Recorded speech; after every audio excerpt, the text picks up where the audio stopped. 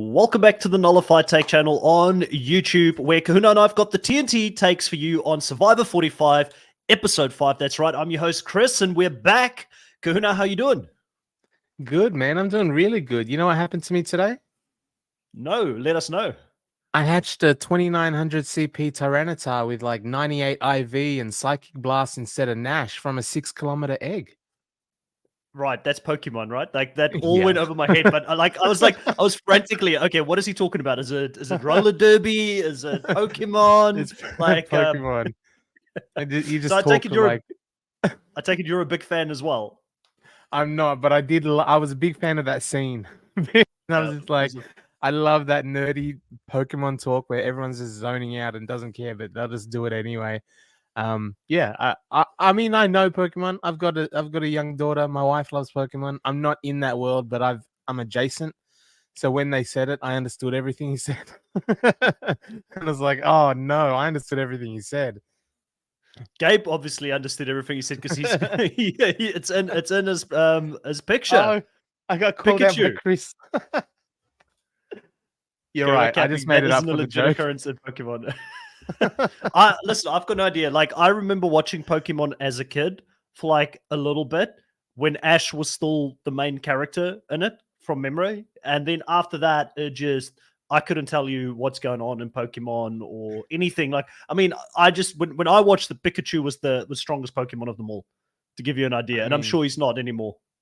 Brando and, Drew could help you out, I'm sure. Yeah.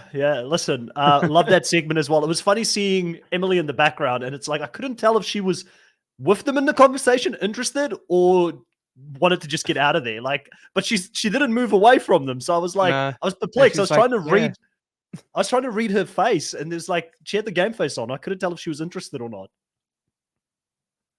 Yeah, no, she was there because I think you would have, like, based on the way they were talking, anyone else would have walked away if they weren't interested. But right. She stayed. She's like, yeah.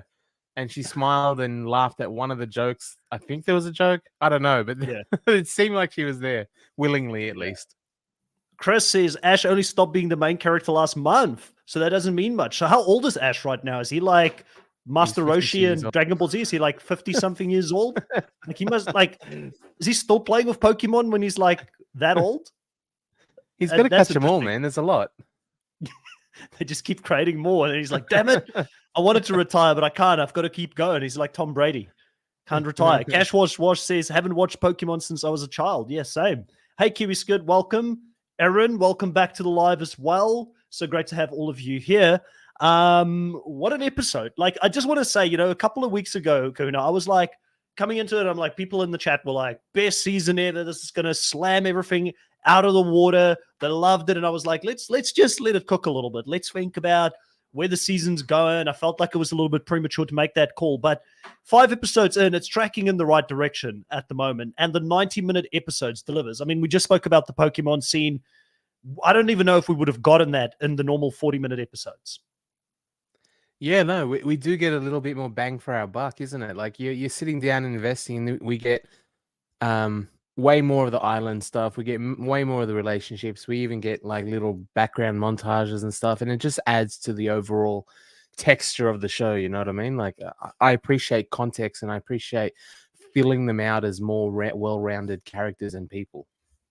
Yeah, absolutely agree with you on that. Gabe says that he retired at age 10 after 25 years. I need some of that fountain of youth, is all I'm going to say. Whatever he's drinking, I need that so I can stay young for longer as well. Cash was having a laugh at Gabe. And then Christina back in the live as well. So, hey, Chris and Kahuna, nice to catch you today. It's good to have you here, Christina. We just started, so it's good timing. We started from the Reba tribe, Kahuna. And, there's the fallout. I didn't get to talk to both yourself and Jake about my feelings with Sean quitting. Absolutely hated it. Loved the episode. And then we got to the quit, and it says a lot that I'm enjoying the season, even though we've had 2 quits in such quick succession within this season, which I really don't enjoy. We've said our piece about production having to be better in the vetting process and all of that. I know Sean feels really bad about the fact that he quit. He's come out and said afterwards it was a spur of a moment thing where maybe if it happened when he was on the beach, he would have gotten over it, but it happened at Tribal Council where everybody goes through those moments, and he kind of acted on it and felt really bad afterwards. And, he kind of goes out and he lobs a bit of a grenade at the girls in this tribe because he lets Sifu know on the way out he didn't vote for him. And I mean, Sifu knows what's the motivation for Sean, who was mentally checked out, to lie to him on the way out. There was zero motivation for it. So he knows there's a bit of truth. And a lot of this episode deals with that sort of aftermath within the Reba tribe. Yeah, who voted Sifu? Sean said he didn't, that's for sure. So, yeah, I kind of like that from Sifu. Like, I mean, he knew, because he even asked, like, who voted for D then? Like, the letter D. So, when they're just straight up lying to him, like, he gets it, and then at some point he's like, okay, maybe Sean was lying to me. And he's like, I'll keep that in my pocket. I'll do my Sifu stuff and investigate. I don't know about, like, I kind of appreciate, I'm not sure if it's a good move or a bad move, but when you lie about something, right? And D go, yeah, it wasn't, I voted for Sean, it wasn't me. And then just no extra context. I'm not going to give you any more information to bury myself or any clues for you to pick apart.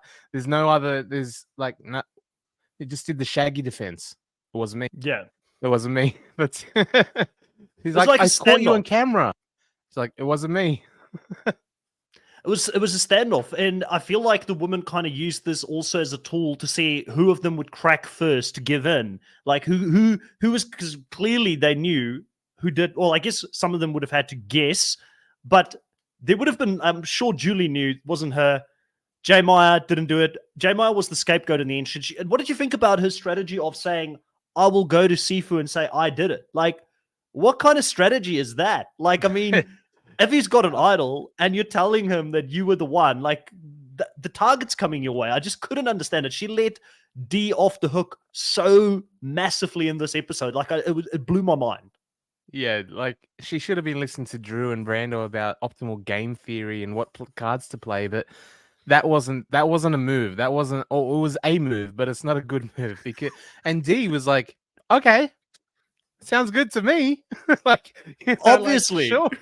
I was like, oh, you want to take all the risk with no upside whatsoever and put your trust in me and Julie, who you saw just lied to them, happy to lie and keep that lie going despite J.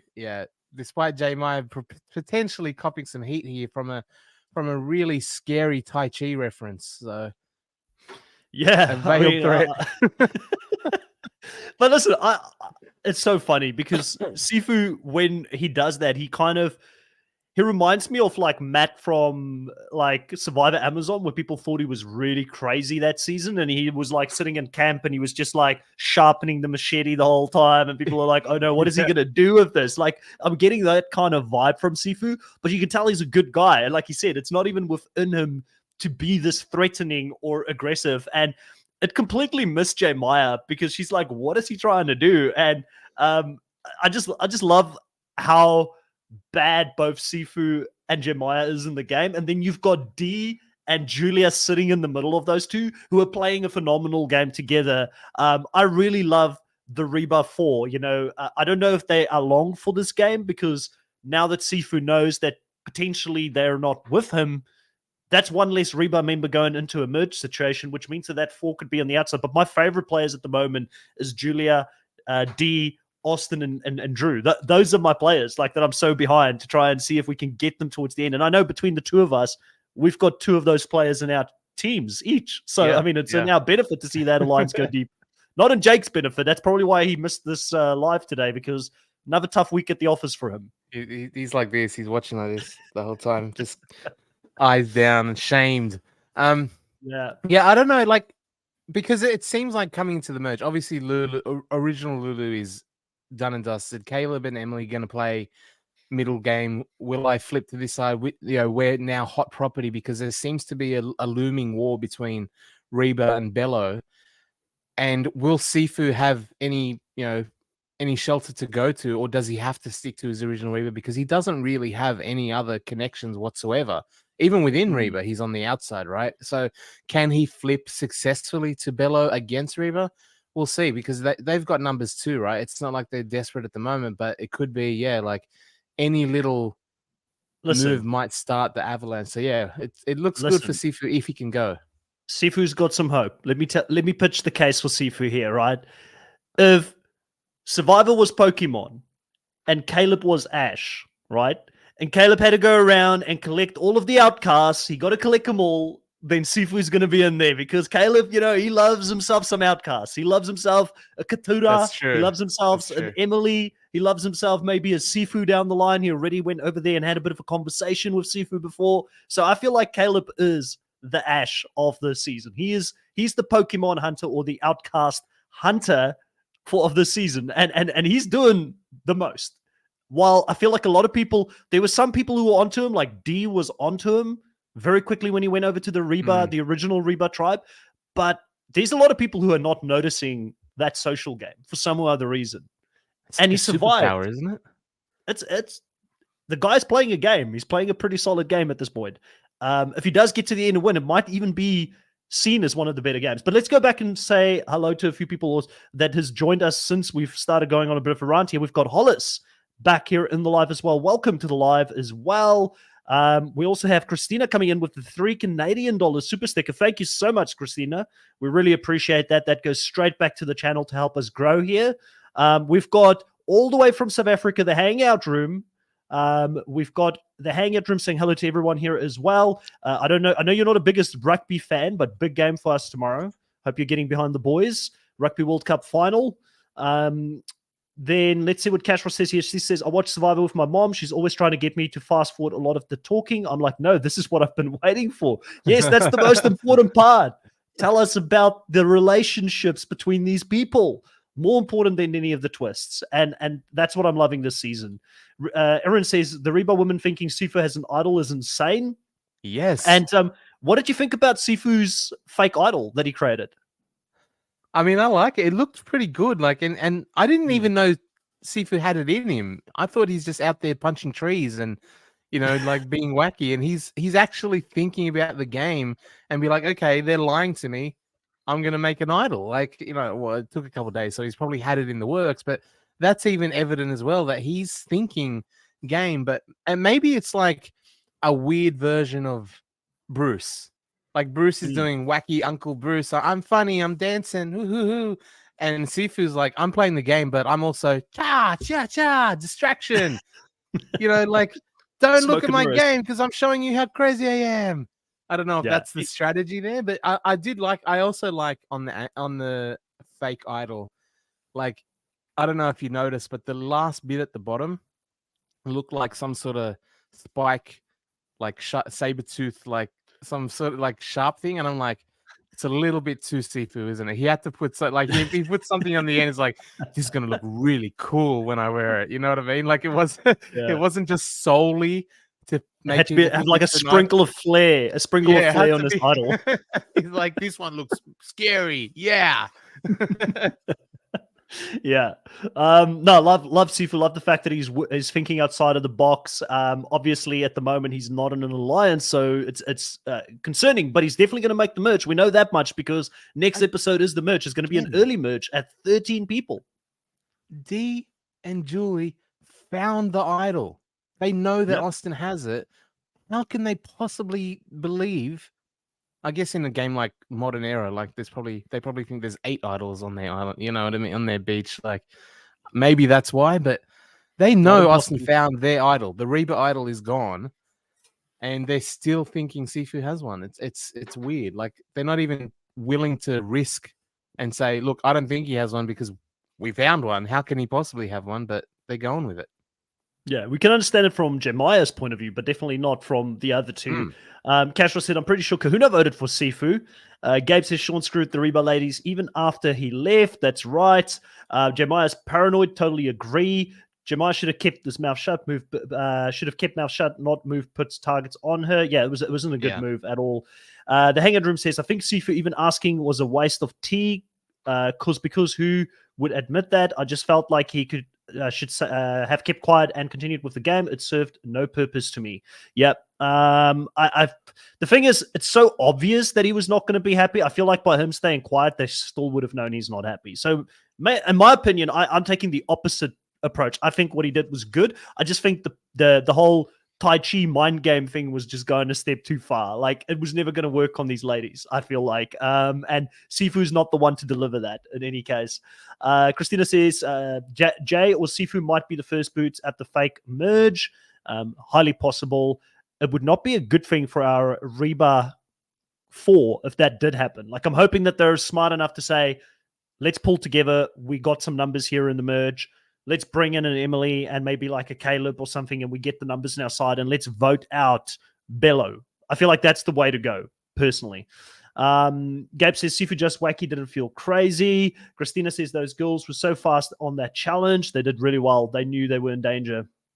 Gabe also says, Sifu can just pull a Gabler on Jemiah. Imagine that. We get another, like, how did you win type of winner based on the post-merge game. Kiwi says, Caleb has been my pick to win since the beginning. He's playing good. Taku, welcome to the live as well. Hangout Room says, Kahuna, your points are the reason why I hate the 3 tribe. Just do 2, so there's a lot of room to play and connect with people.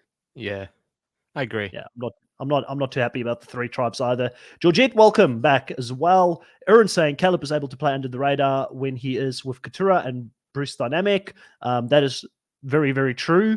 The Hangout Room is saying the World Cup, go Booker. Let's go. Chris is saying, I do not understand at all why Dee and Julie think Sifu has an idol. They should know that there is no... Yep, that's what Kuna said earlier. Let's see what else is here. Kiwi's good saying, sorry, but I have to say go the All Blacks. I understand, Kiwi. I understand. We were talking about it just before the live as well, but I don't want to make this a rugby podcast because I know most people wouldn't understand, but I would be shocked if you weren't supporting the All Blacks in the final. got the chat going after each other a little bit. Chris saying they know that the real idol looks like, so if they that's the thing I was thinking. If they see Sifu's idol, they'll probably know that it would look different. Danica, welcome back. You're not late, you're just in time.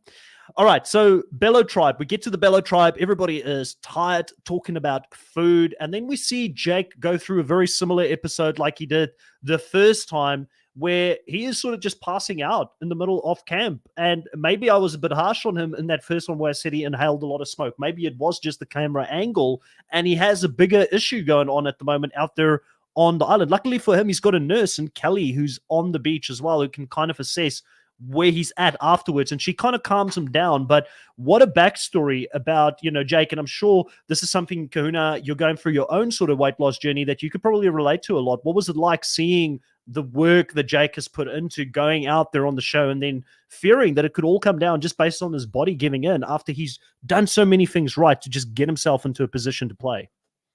Yeah, really, it cut me to my heart. I did appreciate that because I relate a lot. Like I'm a lot bigger than he ever was.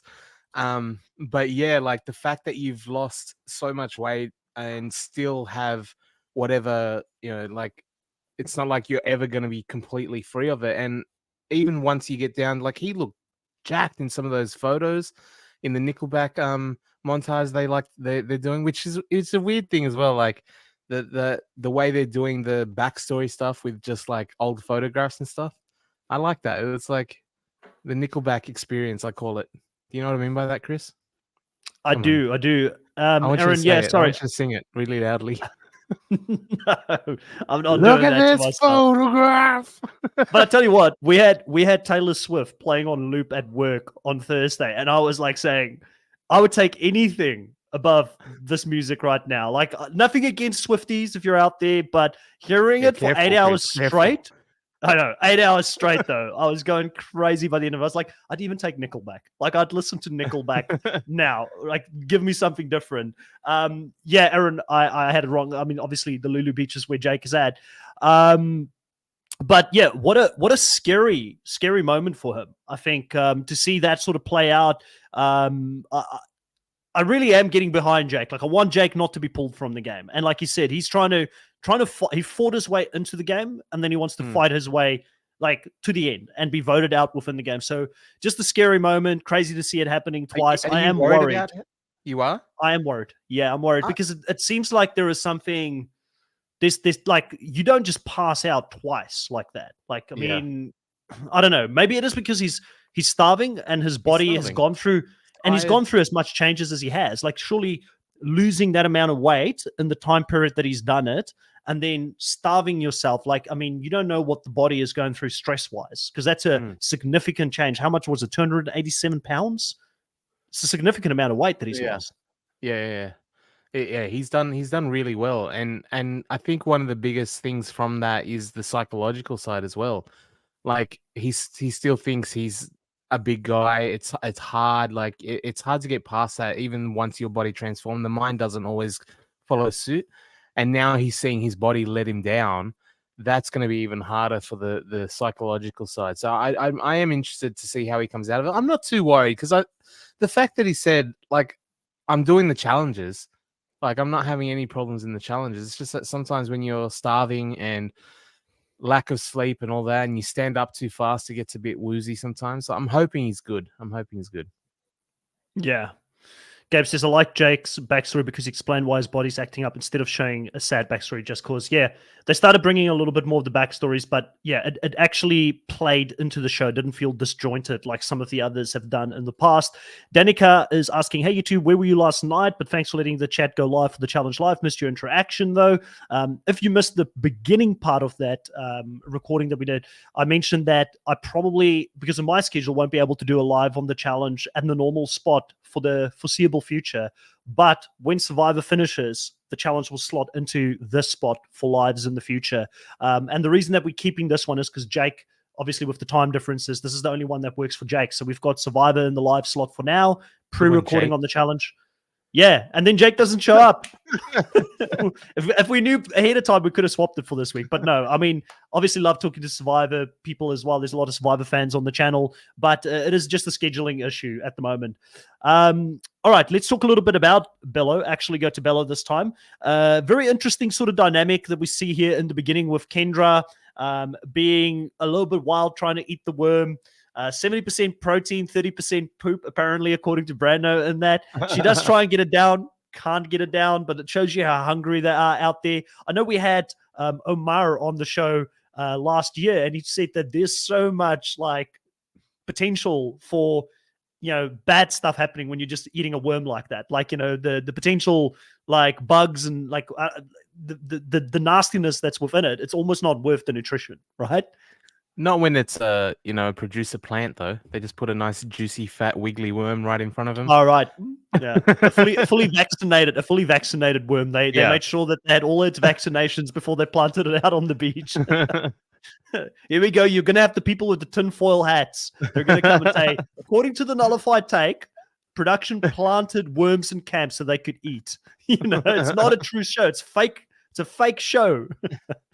But the most interesting part probably for me in the Bello tribe this episode was the power struggle that continues between Emily and obviously the two factions there with Kendra and Brando and then Austin and Drew. And we spoke about the Pokemon conversation. We had a laugh about it, but there was actually some point in seeing that scene because Brando really liked Drew. He wanted to work with Drew. He was trying to reach out and extend the olive branch, but Drew just I like Drew. He's got great instincts for the game, but didn't want to know about it. I feel like you at least entertain the possibility of having an alliance because this nearly cost him his game this episode. Immediately, you just go, yeah, man, nerd alliance. Let's do it. We'll play Dungeons and Dragons. We'll talk Pokemon. I'm with you all the way, buddy. Final Tribal Council, 2 nerds. Nerds never come on the show, apparently. That's the thing, but there's so many nerds on this show now. I think he's maybe thinking about old school Survivor. But yeah, not a smart move from Brando because from Drew there because immediately was it Drew or was it Bastille? Was it Bastille that he was that was maybe taking over? And Bastille Drew would have was been like, okay with it, isn't it? Drew would have been okay, but Bastille's like, I'm one of the Chads, I'm one of the jocks. I'm not a nerd. I'm cool. Get away from me, nerd. I think he gave him a wedgie after, didn't he? Like I pretty sure, yeah. But immediately Brando goes to confession and is like, well, I gotta go for Drew now. Like, like you always like if someone comes to you with an alliance proposal, yes. Yes, okay, cool. Like, entertain it. He just shut him down. He must feel Yeah. very secure in his position, which, could have turned very bad for him. Like maybe one of the first, oh no, he did have a bit of a misstep with the way he played his idol hunt, but Drew's been playing really good. I think he's smart. He's good at the game. I just thought he could have played that one a little bit smoother, and maybe Bastille's a little bit too like aggro and need a little bit more Drew in that scenario there. Yeah, but still took over in that conversation in my mind. But Emily playing it right, happy to be in the middle. One thing I will mark Emily down on, though, in this episode is that when the conversation starts happening and Brando has the fake conversation later on in the episode about let's vote for Kendra, and Emily, I felt, was pretty aggressive in trying to like go to Drew and say, who's telling the truth? I don't fully believe you. And it's like almost like she wanted to, I don't know. It was that part of Emily that came out that we saw in the first episode where she's very aggressive in her approach, where I feel like if Drew and Austin had any options in this moment, that Emily would have just been someone they would have discarded because of how she approached that conversation. But they were desperate themselves. They needed that number more than worrying about her approach. And she's coming across as very aggressive in that approach. I don't know how else to put it. Like, it just didn't, something felt off for me in how she approached Drew, because Drew knew at that point that, oh no, I'm in trouble. Yeah, like we see it, like there's so much growth in Emily. She is listening and modifying her game. And we saw it a little bit this episode. I don't know if you picked up on this, Chris, but the Alien Alliance. Yeah, she stayed quiet. I picked up on it. She's like, yeah, maybe.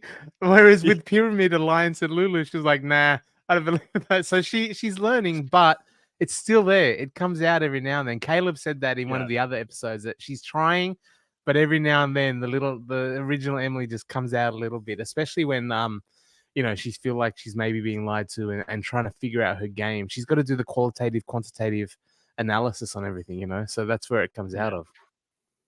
Yeah, listen, Emily is definitely, she's carrying Jake's team at the moment. Like, I think, and we'll probably get to the points a little bit later on, she is, funny enough, there's another person who's doing really well in his team as well, which I didn't realize. Like, she's not carrying the team as much as I thought, but she's one of his 2 top point getters. I mean, and he's only got 3 left after this episode, so it's slim pickings for him from this point. And if you've got to put your hope on Emily to win this season, it's in dire straits. Like, you can put your hope on her to give you a lot of points, though, because I feel like the edit loves her. There's a story to be told there, and we're going to get a lot more content. Let's go into a few more of the comments just before we get into the next segment here. Chris says, I don't know if Emily had a bad read, but saying Brando and Kendra were unbreakable, or if Brando was just so good at bonding with people he didn't get along with. I think Brando is a good player. I really think that they got rid of a good player here. It showed because Brando was the person who Kelly felt the closest to as well. And I think Kelly's a good player. So this is where Brando's game really went down. Do you think approaching Drew and flipping on Kendra so readily and so quickly was the right move? I don't think he wanted to actually do it. Like, I think he was just trying to not. What he said in the moment was, I just didn't want Drew to target me. So if the votes were to go in a way where I didn't control it, at least votes were going to fall on Kendra opposed to me. So he was just trying to throw her in front of him in case the votes came, but I don't think he was actually going to follow through with it. He wanted to vote with Kendra and Emily.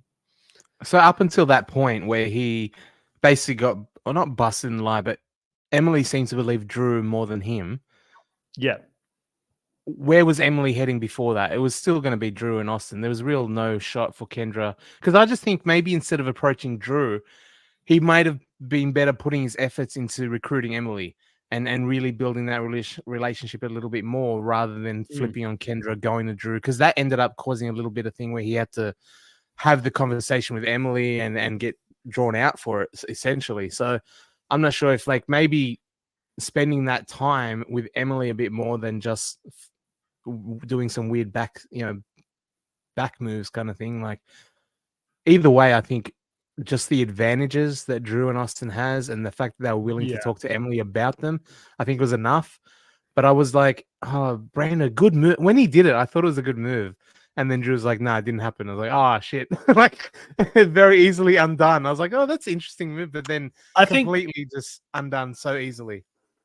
I think that something that must have played into Emily's mind and why she was thinking about going with Bello in the early parts of this episode was the fact that Caleb is now on the tribe with most of the Bellos. So Caleb clearly is going to get to a point where he's going to build some relationships and bonds with them. And Caleb is probably still her number one at this stage in the game, should be her number one, right? So it's an easy thing to come together at the merge and just fall into that. But the counter argument is that, this is why Survivor is such a complicated game, is that if she makes friends with people who are from the original Red Tribe, that's probably an opportunity to bond and make alliances with something that Caleb doesn't have at the moment. So it gives Caleb and herself more options when they get to the merge, where they can be like, okay, I betrayed Brando, but this is why I'm happy to come with you whenever we need to. But they could play that middle ground effectively between the two alliances, almost like the TK3 did in the last season, because they've got connections on both sides going into the merge. So yeah,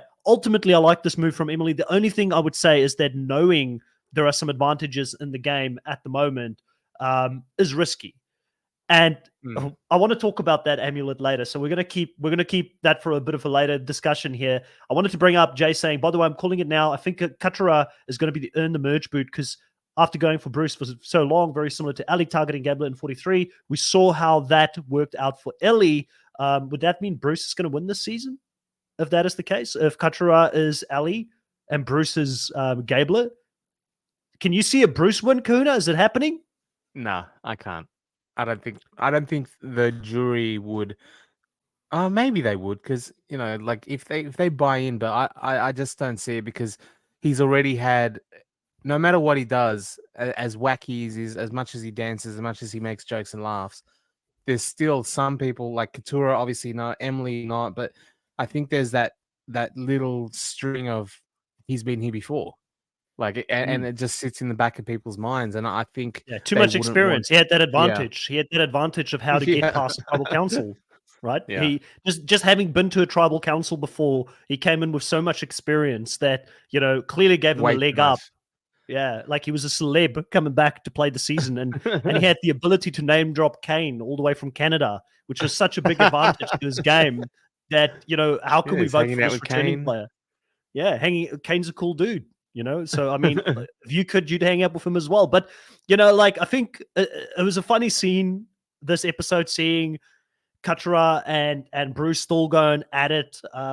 I'm with Jay. I've been on that whole Katara's going to go before Bruce for a long time, because she's so razor focused on him, while other players can find a way to work with Bruce and they can ignore the things that annoy them. I can see Caleb potentially wanting to go after Bruce at some point as well, because Caleb did a lot of interesting things here, man, because we see him create all these connections with different people within the Lulu tribe. Like, he's having conversations one-on-one with everybody.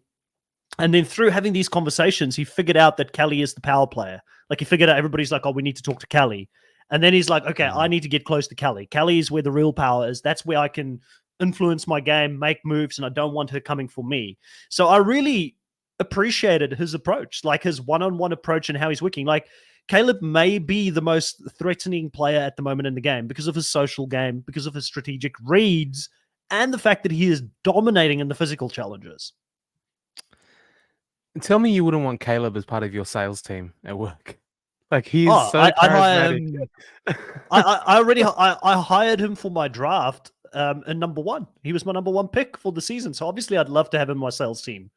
But yeah, he's very good. Just social. Here's a question, chat, Chris. Who's better socially? They're out there in front of you very clearly. Caleb, friendly, Sifu, charismatic, right? Gets in. Sifu, no, Kelly. Caleb gets the word and gets the idea that everyone wants to work with Kelly. I need to get in with Kelly. Kelly, under the radar, just has everybody seemingly attracted to wanting to work with her. And that, I think that's a social thing as well. It's just not as overt and in your face as the way Caleb's doing it, at least on camera anyway.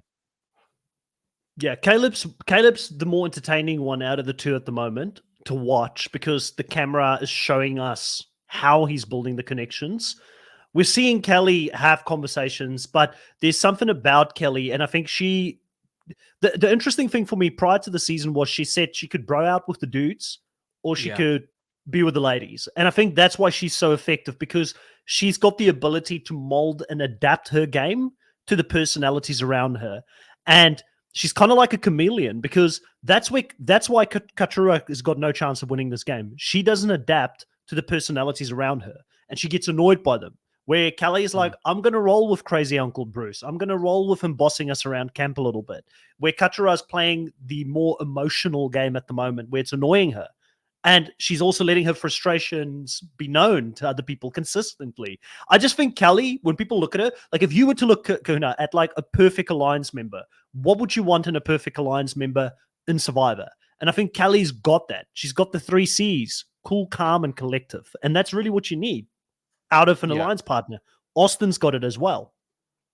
Yeah, she's not causing any waves with, rivalries and drawing attention to you that you don't need. She's in there and friendly with everyone. She seems more than capable in the challenges.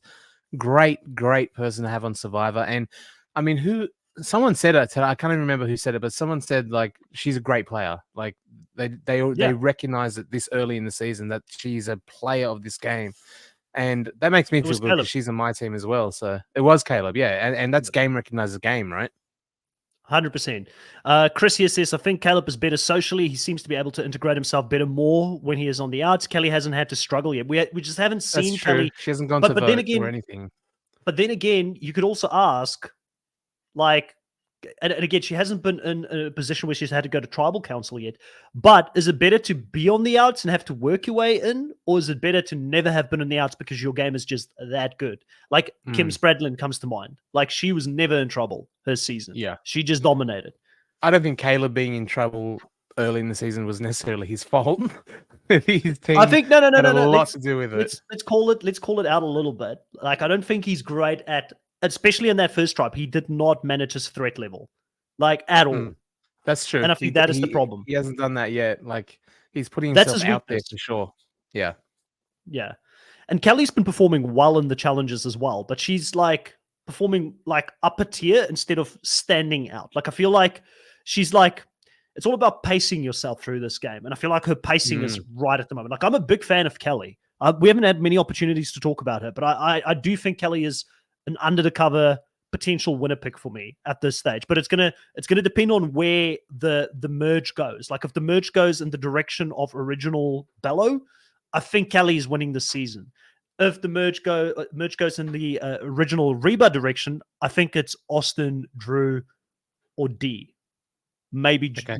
It's hard to see. It's hard to decide between. I feel like Drew's the potentially the Cody of the season or the Jesse of the season, where he's like the big character, all the strategy, talks about it a lot, but then gets sniped towards the end. I feel like it just seems too obvious that Drew is playing a very good game this season, except for the fact that he didn't grab the hand that was given to him by Brando this episode, which I didn't love. That's the first time I can like criticize him on something. That's sort of where I'm sitting on those at the moment. You know what I liked? I know this is going backwards a little bit, but Kendra, when that whole thing about Brando said Drew approached him for it, what did you think of Kendra's reaction to potentially her name coming out? Because that's how I would be on Survivor. Yeah, she did not. She was the opposite of Kelly. No cool, calm, and collected there. But luckily, she didn't like blow up at Drew. Like she was going through a lot of emotions. Making cat noises. Like hissing. That was amazing. After the burping and stuff like that, she starts hissing. She's wacky. She's out there. Fairy Tiger Wolf, we did address this earlier on. I hate saying yes before the season has concluded, but it is tracking in that direction. Like if you had to compare this season to any other season based on the 5 episodes that we've seen in the new era, it is by far the number one. And I would go as far as to say if this season has a strong finish, it could be a top 5 season. It is heading in that direction that we could have a conversation by the end of this to say top 5 season because of the fact that it just has that old school feel to it, because we're now noticing that you can put different advantages in the game if there is more running time for the episodes to play out. So you don't just see the advantages, and half of the episode isn't just used to explain the advantages. We're actually seeing the interactions and how people are like still playing the game with it. it actually is fun. Like I'm having more fun on this season than I've had in a very long time. And Kahuna knows that I've been low on Survivor for a while, like in the direction that it's been going.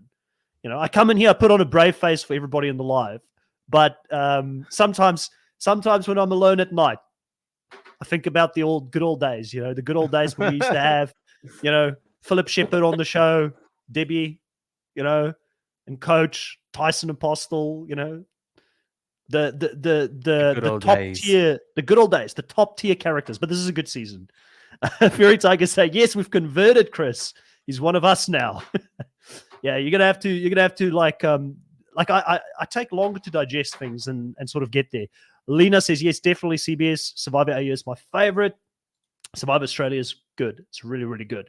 But I will say this season is tracking, for me, better than Heroes vs. Villains last season, which will be a very unpopular opinion. The reason I say that is because I actually know that there is more than one player that can win this season. With Survivor in Australia, they give you 3-4 people to focus on the whole season. That's it. Right. Yep. And I don't like that. I'll always have an issue. You don't need to know about anyone else. You don't need to know about all the side characters. We're over here. I mean, if we had to like choose right now, Kahuna, who's winning this season, like I feel like it's still an open field. Like there is, we mentioned, Austin, Drew, Kelly. Who else do we have right now? D potentially. Mm-hmm. Jake after this week. I could still see a way for him. Caleb. Yeah. You know, there's a lot of people. We just mentioned 6 different castaways that could still win. Yeah, Kiwi, I remember you saying you didn't even watch Survivor for some of the seasons before this. I'm hoping you're enjoying this season because this season seems to be a lot of fun for me as well.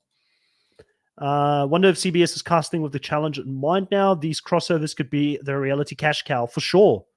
I don't know if CBS is doing that, but if they had to bring, I could already see people from this season that would fit in pretty well in the challenge, right? Caleb comes to mind. I'd love to see Kelly play the challenge as well. Like those are probably Danica did call that. She thinks Caleb could be a good one, and Austin as well. I think Austin as well. There's a lot of people. I think Austin could end up on the challenge too. So yeah, there's definitely potential there. Some great characters that would make that crossover. 100%. All right, well, we go into the immunity challenge here. The immunity challenge is a really big obstacle course, once again, where they have to race through 3 levels, collecting keys along the way, and then with the remaining players, they have to unhook a sandbag or a big bag with a bunch of sandbags in it, and then they've got to throw it at 3 targets. And this is the one where the people that sort of stood out to me, I made some notes here. Jay was flying through that challenge. Like, she knew she was in trouble this episode, and she was performing.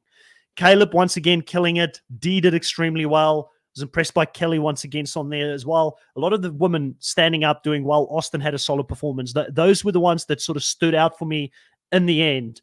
But Caleb clutching it out. It out there. One shot, one take. That's all he needed. Like he lined it up. He saw it. He goes, I just need this. That's it. He is clutch, man. He's a performer, big time performer. Big time. And you know, in Survivor, that is getting noticed. They're noticing the fact that he is playing really good in these challenges. A big thing was made out of Jonathan and his dominant performances a couple of seasons ago. I don't see the same. And I think that's because Jonathan is just physically as a specimen. But Caleb is clutching out ever. Well, I guess he was in a tribe that lost a lot, so Jonathan wasn't. So maybe that's why people aren't freaking out about it. But as an individual, he's doing extremely well. But overall, Reba does win, with the 3 women doing extremely well throughout the challenge. Sifu gets the final target, giving them their maiden win, I think, in this new tribe, because they just went to Tribal Council in the previous round. How do you feel about the fact that we finally got the swap, but we only see it play out for 2 rounds? I mean, can we be critical of that at least? Like, it's a good season. I mean, I know we're nitpicking here, but yeah, we're nitpicking.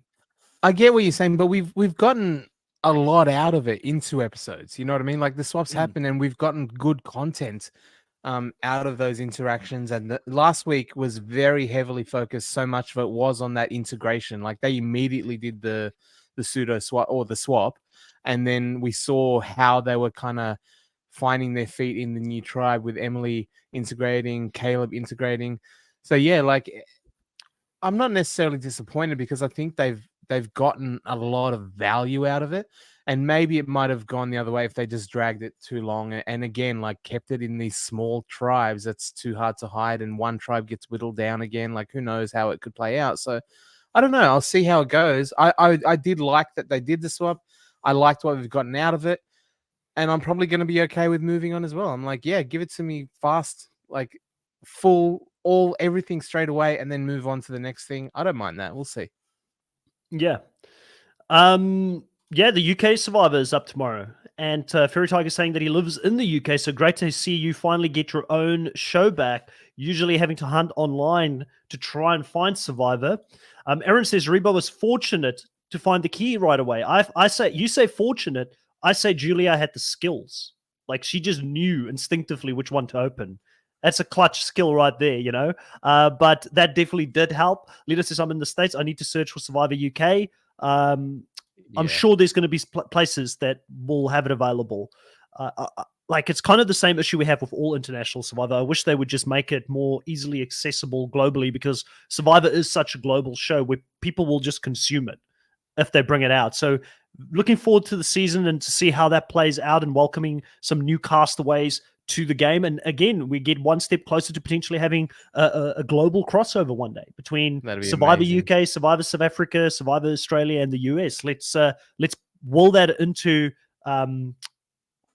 reality at this stage, basically. I think with the immunity, let's move on. Sort of, there is a choice to go to. I want to call you out on something, Chris, about the challenge, about the immunity challenge, because I am overall, generally, I'm sure people will agree to this. Just a positive light of sunshine generally. But Chris's negativity has dragged me down because after being poisoned by this man for months and months now, I watched that challenge after watching the challenge. And you know how we always feel about the innovation of the challenges, the dailies. And I watched this one and it was cool. Like they would, and I was like, it's the same thing over and over again. It's like little changes stick to get the key off the thing, like dig this, throw that. And I'm like, they're exactly like small tweaks, but it's still the same general concept, not only season to season, sometimes week to week. They just change the obstacle course, but it's still the same obstacle course. You know what I mean? And I was like, I felt bad. I was watching it and going, it is absolutely. And like it's big, but everything looks the same. It's got the same colored sticks, and they have to. It's the island theme. But this episode specifically, I don't know why. I compare it to Survivor Australia. Compare the challenges to Survivor Australia. I said, I gave crap to Survivor Australia when it comes to the editing because I think the editing is horrible, right?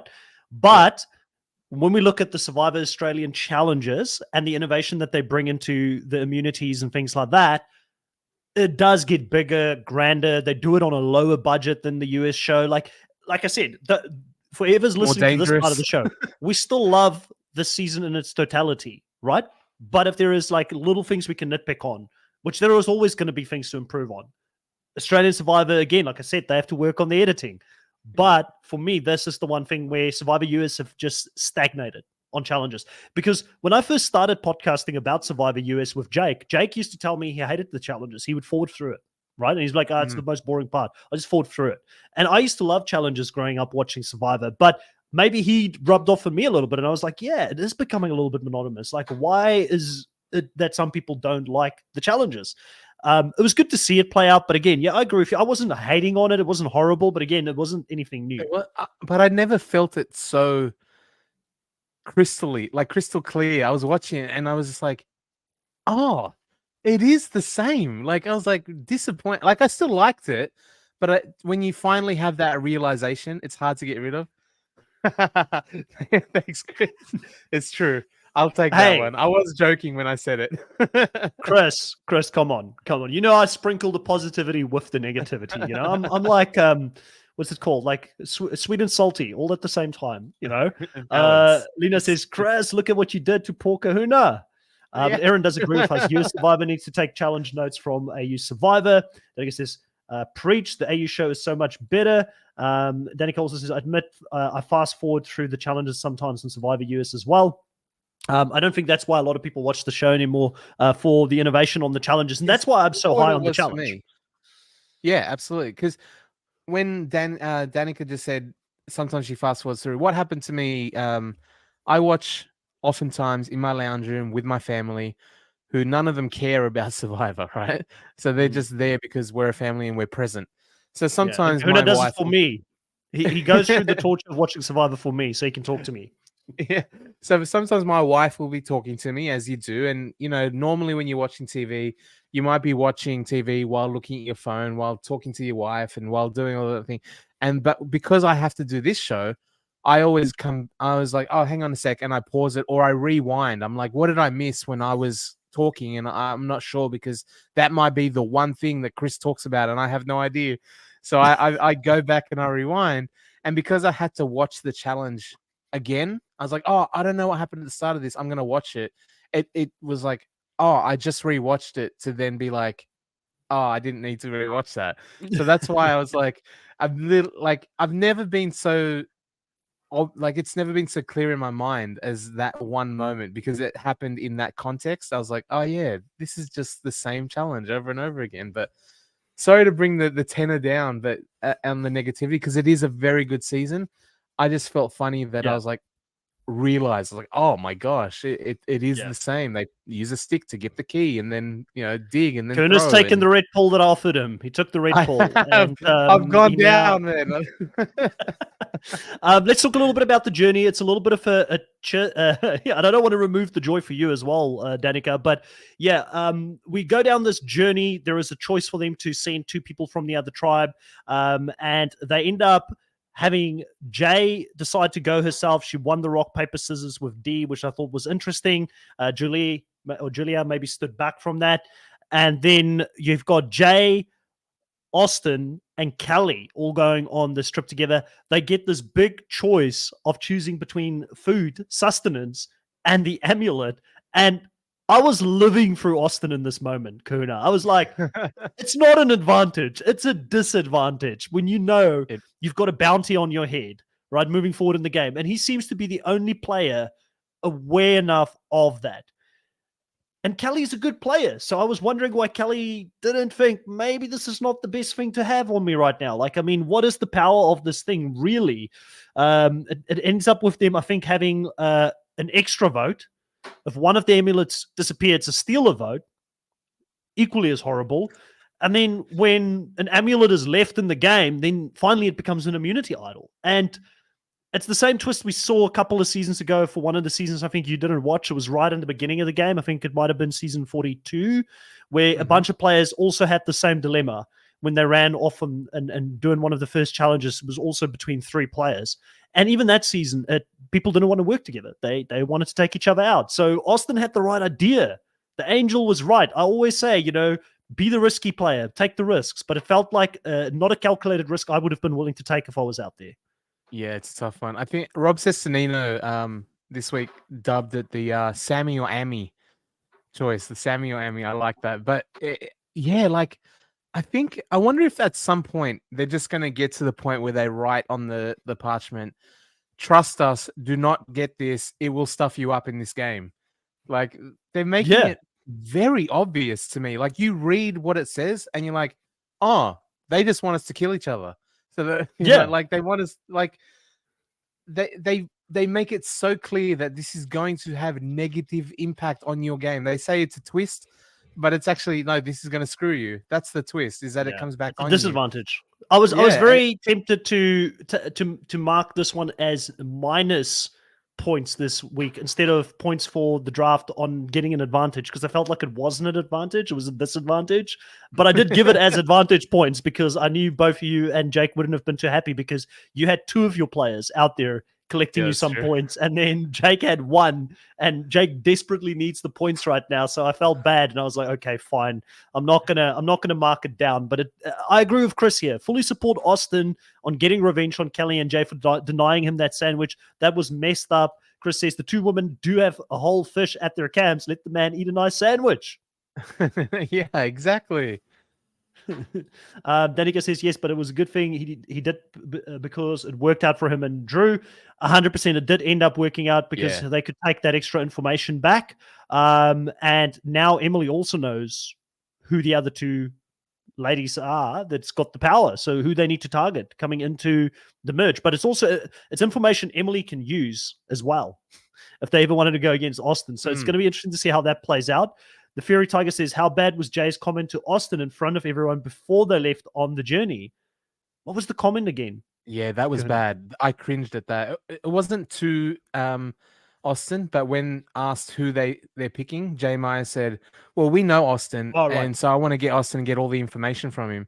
And Austin had to be like, "No, no, no way, I'm doing that." Like in the most obvious, like she screwed him in his tribe. Like to say, "Yeah, we're gonna pump him for all the information, and then take him away from you." It's like, what are you doing to the poor boy? Like put him in the worst position possible. He's like, no, as if. Yeah. Yeah, that was horrible. I remember it now. Aaron says, I hope Kelly's not targeted by Reba over the amulet's disadvantage. Danica says Emily could also share that info with Caleb. I agree. Kiwi says, yes, saying they wanted him for the info. Horrible, horrible move there by Jay, who, in my opinion, just isn't playing a good game. She made a couple of fatal flaws here in this specific episode. And this is where it comes down to we've got the Bello tribe going back. There is the fight for Emily. We already spoke a little bit about the fact that, Emily does get persuaded into moving over to that alliance. But, I've got to say, seeing Austin and Drew work together, it kind of gives me, I know people who didn't watch Australian Survivor wouldn't understand this. It gives me Luke Toki, David Gennard vibes in two players that are in a very bad spot after a swap that are just this tight bond that are not going to break up and strategically have the chops to outsmart anybody else within their tribe to get themselves out of this situation is a massive tick for me. And I've missed seeing really good duos or strong alliances in the game. I am one of those people that love it. Like, Jeff doesn't want alliances to be a thing anymore. He wants to break that up. I miss seeing good gameplay. I miss seeing alliances and people sticking together and having strong duos get to the end of a game. So I'm like, that's why I'm fully behind this duo or this four people that are working together that seem to be the most solid in the game, which is Austin, Drew, the likes of a D and Julie. And I love that even within that four, there's two duos. So there's the potential that if they go well enough and get to a final four or a final six or whatever, where they are the dominant numbers, they may actually go at each other as well, which the potential for that is really fascinating too. So when you say that it reminds you of Luke Toki and David Gannett, I'm assuming Drew is Luke Toki and then Basile is David Gannett, right? Yeah. I mean, obviously, personality-wise, definitely Austin doesn't have the same personality as Drew and Bastille. So definitely both those personalities exist within Drew, and he's the biggest TV character. He's the biggest TV character at the moment. But Austin definitely, he's got that stable force about him. And they like to compare themselves to Stephen Fishback and JT. And, the whole conversation between this would be the waste of a great duo if one of us go home right now. I love sitting in on that and hearing it. And I agreed. I was like, that is so true. Aaron says, Chris, that was an amazing social strategy by Luke and David with 3 exclamation marks. I do agree. Don't want to spoil too much for people who haven't seen that season, but definitely worth watching if you haven't seen Australian Survivor. 2 players we want in that global crossover when it eventually happens, right? Yeah. Can't even remember David. Really? Wow. Okay. Well, Kiwi, we'll talk about that later on. The Golden God. He got his own TV show out of it. Yeah. 100%. So very interesting to see at the end of the day, obviously them getting themselves out of this hole. Drew saying, I'm in trouble. For a moment there, Kahuna, I thought that Drew was going to play his advantage and Austin is going to play his idol. And that it's going to end up with Emily potentially being in trouble because of her being so aggressive and clear that she's potentially not with them. But Austin clearly has a good read on Emily because he has that conversation, and going to tribal council, Emily does end up swapping to their side. And to win this game, you've got to take big risks, and they did it. So Drew and Austin going in with some firepower into the merge. Like, now it just becomes a question of when do they use it and do they use it? Like, Drew leaving tribal council at this stage when they get into the merge, I think it can only be used until the point where all the players are on the same beach or something like that for his tribal council pass. Yep. I feel like they need him to stay in the game. They need him to be there for his vote coming into this next episode. So probably the advantage won't be played. Yeah, absolutely. And I think at the moment, Austin's idol only goes up until they share the same beach. And then if he sacrifices another vote, it becomes a full-blown idol until the final 6 or whatever. So yeah, like he might have to lose a vote again in order to re-up the idol. So it's interesting to see how they play this next sort of little phase with the advantages, if they'll actually be advantage or just become void.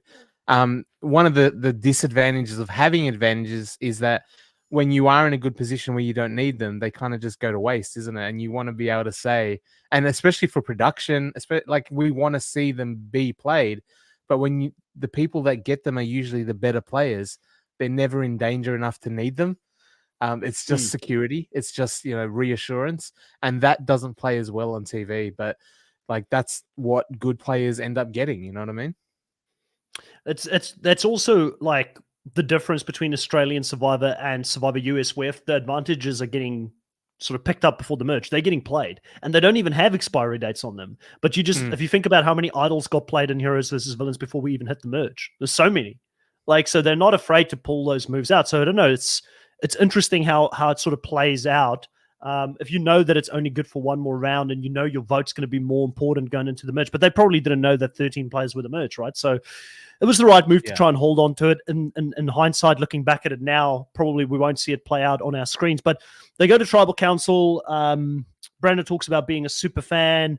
What else that happened in Tribal Council? Emily talking about being battle hardened. There's a lot of talk about Brando saying that, Drew saying that, he didn't expect to connect with people on this level. Things we've heard before. And then Kendra and him probably wouldn't get along in real life, but now it's harder because you can't backstab people that you've gotten to know in this environment as easily. And then Emily just sitting there saying, it's easy.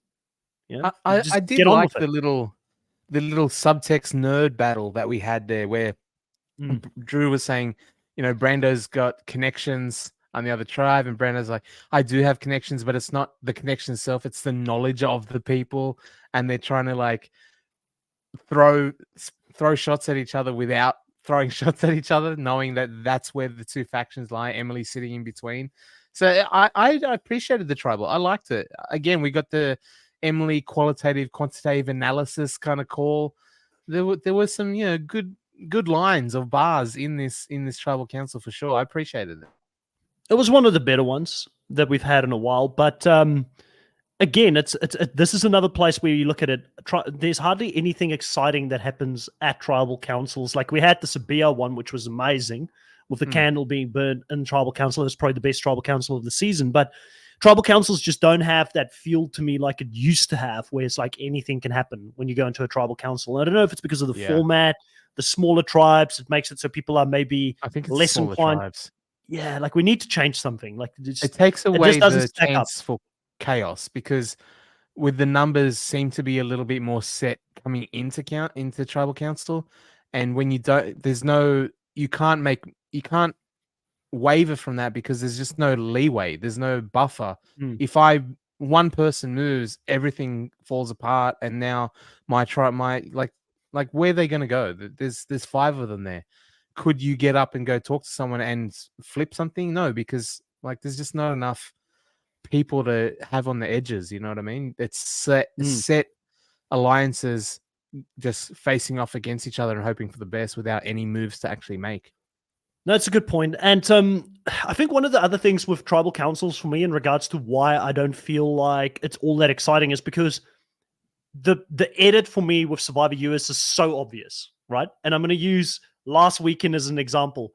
We came into last weekend and they had this plan to vote out Sifu, and we saw how the plan came together. And I was like, this is so weird. We never ever see the strategy come together to vote someone out. The edit always hides that from us. They will never show us that because they always want us to be shocked at the end. And I was like, are they taking a leaf out of Survivor South Africa and they're actually showing us how a plan is coming together, which I would love if they would just once mix it up for us. I'd love to see the difference in what that tribal council would be like, and knowing Sifu is oblivious to the danger that's coming his way. It's one of the reasons I used to love Big Brother in the US back in the days, because you could see a plan come together and you would know this person is going to get blindsided, and it's juicy to be in on the blind side.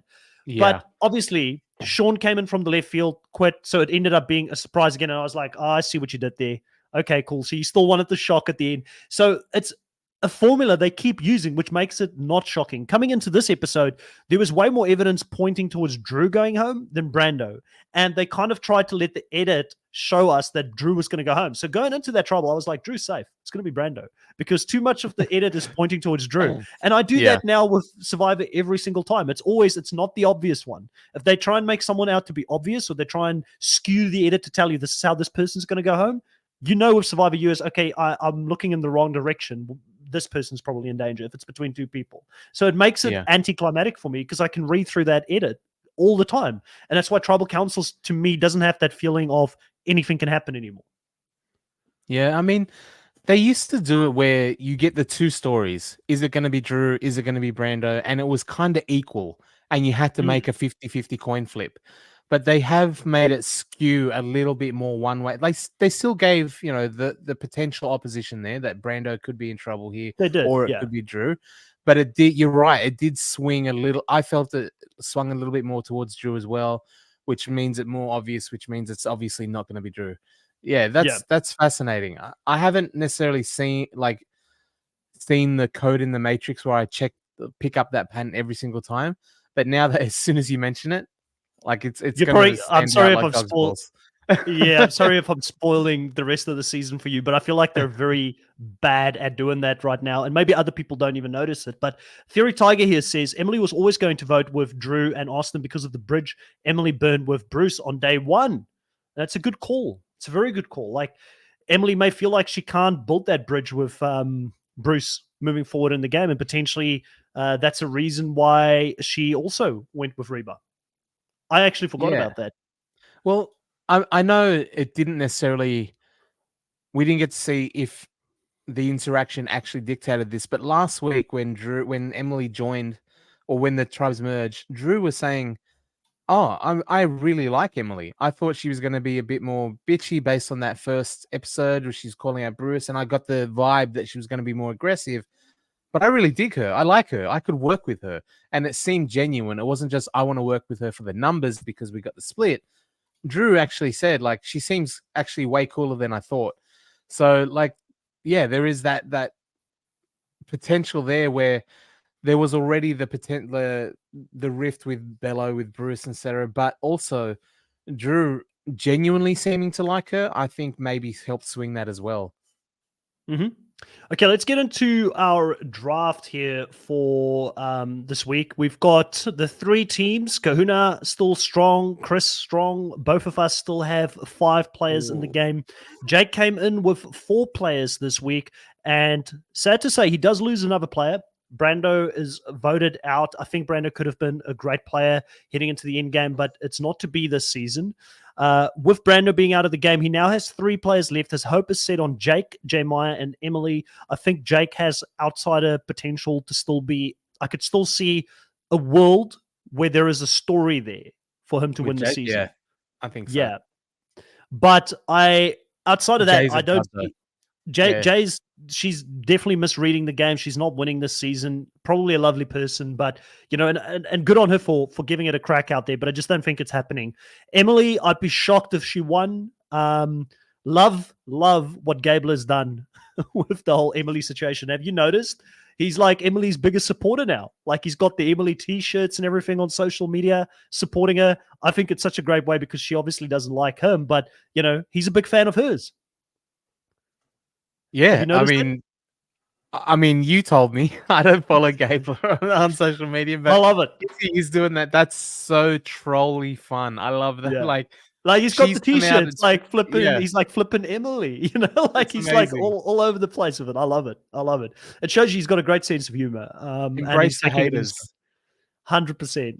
I love seeing the support that he has for. I'm sure Emily and Gabler will meet afterwards, and Emily will notice that he's actually a really nice guy outside of the game. But let's talk about the points coming into this one. I've started all very strong so far. Like for the longest period of time, I think it's like been a 30-40 point gap between myself and you, Kerner, who've been second.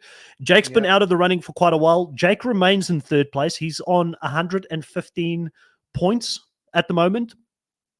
His biggest point getter at the moment, surprise, surprise, is Maya at 34 points. What? Who would have thought? She's just overtaken Emily, and the reason for it is because she has been one of the most successful people in winning immunities outright. So she's got 20 challenge points for winning immunities outright, only equaled by D, Julie, and Sifu at this point when it comes to that. So really challenge wins is carrying her. Emily obviously having only won one immunity challenge outright or reward challenge outright. Emily has got a total points of 32. She's in second place. And then Jake is in 20, has got 22 points, making up his team's 115 points. The gap between first and second place is narrow. Yes. There is 8 points between first and second place. Kahuna's in second place, 184. Made up a lot of space here. 184 points. Top point getter in your team is Austin on 48 points. Obviously, it helps because 2 successful advantage plays this week, right? That was 100%, a big part of it. Yeah, that helped. That definitely helped. And then you've got D as your second person there with 37 points. Callie also got some points this episode, and she's your third highest on 31 points, but she now also has an advantage in her hands, which has definitely helped you out with the point situation a lot. My team has only got one person with an advantage, and that's Drew at this stage, but they are doing very well in the confessionals. Caleb has got, I believe, the most confessionals now of the season with 28. Drew's second with 23 for the season. But point-wise, Drew is still at number one for my team. He is sitting at 48, equal with Austin for most points this season at this stage. So the duo is doing well together. Yeah.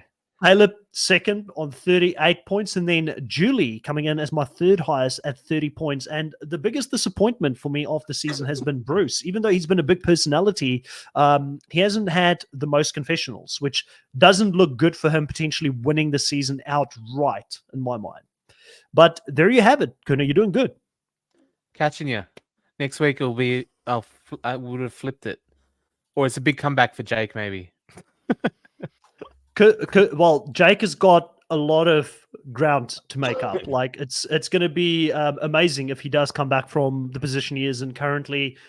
I think even if he has the winner with the way things are going right now, he needs for you and me to lose some people so that he can catch up on points. So going into the merge, obviously next week we're going to get some extra bonus points, which is going to make him lose out more. You and I will get equal bonus points for getting players to the merge, but he's only got 3 players going into the merge. Well, I guess it's a fake merge, so it's not actually the merge. Yeah. So it's maybe going to be another episode before we can give those points. Yeah, earn the merge. All right. Chris says, great episode, Breakdown in Live as per usual. Chris, thank you so much for watching. Everybody else at home, if you're still watching at this stage, please consider subscribing, hitting the like on the video below, putting the notification bell on so you can be informed the next time we drop a video or go live. But we'll be back next week. Thank you, everybody. Also, I just saw that comment, rip Jake. Thank you, everybody in the live for taking part and being a part of this recap here this week as well. For now, grab your torches, head back to camp. We'll catch you guys next week. Bye.